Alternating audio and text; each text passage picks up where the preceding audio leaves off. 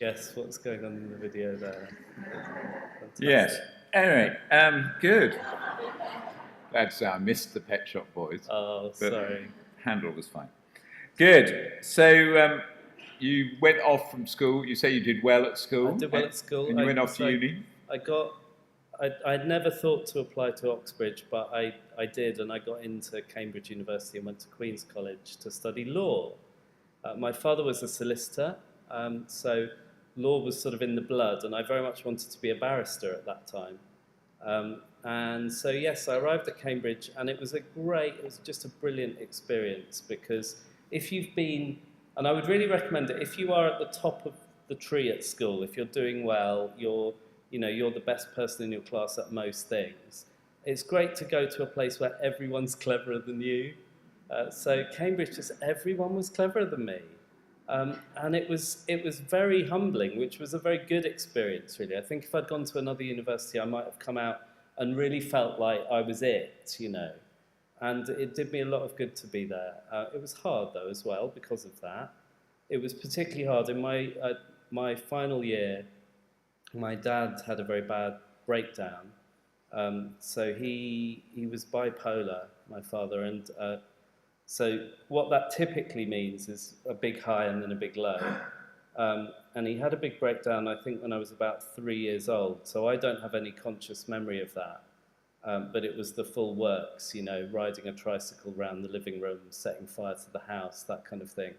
And then he was medicated. He was on lithium for many years.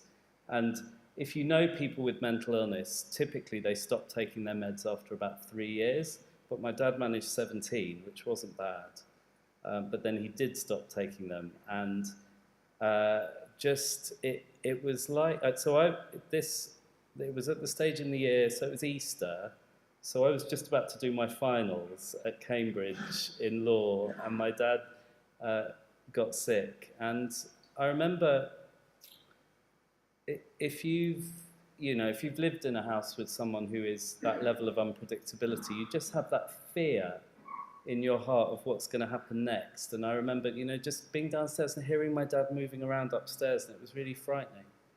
And I remember a conversation with him. We were out for a walk, and it was just like, if you imagine those old, some of you will remember, but old telephone exchanges where they used to plug you in to speak. It was a bit like his head was a telephone exchange, and they'd opened it up and unplugged everything and were just frantically trying to plug it all in. So 1 minute he was saying about how the dentist was going to take all his teeth out, and then it was just complete nonsense, but there were bits of him still there. It was a very, very scary experience, really, and I had to go back to college with my dad just sort of over the peak and just starting to get better, but that was a hard thing to deal with, really.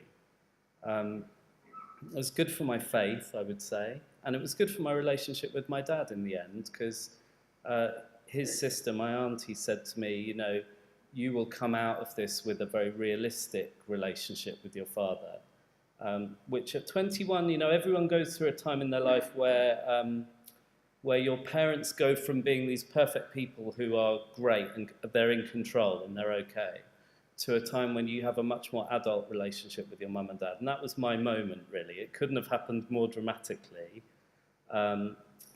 But yes, I got there quite quickly. And I really, my faith was very much my own at that stage. So I'd gone to church. I hadn't been a part of a CU at university, which I regret now. But I'd been going to church. I'd gone to the Round Church in Cambridge, which was just in its process of becoming St Andrew the Great. They were just doing the building. And yeah, it was very much, I think what I learned in that time was just to grab hold of God with both hands and hold on, which was a lesson I needed to learn, I think. Okay, and I think the next piece of music has some connection with Cambridge. It does. So I always did drama. I loved drama all the way through school and into university. And so I was, the day, it didn't hurt me that the day I went for my interview at Cambridge, I was playing the lead in my sixth form musical. We did Little Shop of Horrors. So I was Seymour, and we fed things to the plant, and it was all very fantastic. This is not from that. This is from the very last show I did, which was probably the most professional show I was in, because by the time you're at university, if you've got really good people, I mean, I suppose particularly at Cambridge, but anywhere, I'm sure, if you've got really good people, they're going to go on and be professionals. So we had a guy who ended up as a professional director. We had an assistant director who ended up working professionally. And it was Sweeney Todd, which was just enormous fun. I did this at the end of my second year, and I was just part of a cast of 12. So it's a very hard sing, but I did get to have my throat cut and go down the chute every night, which was just huge fun. So this is the opening. This is the Ballad of Sweeney Todd.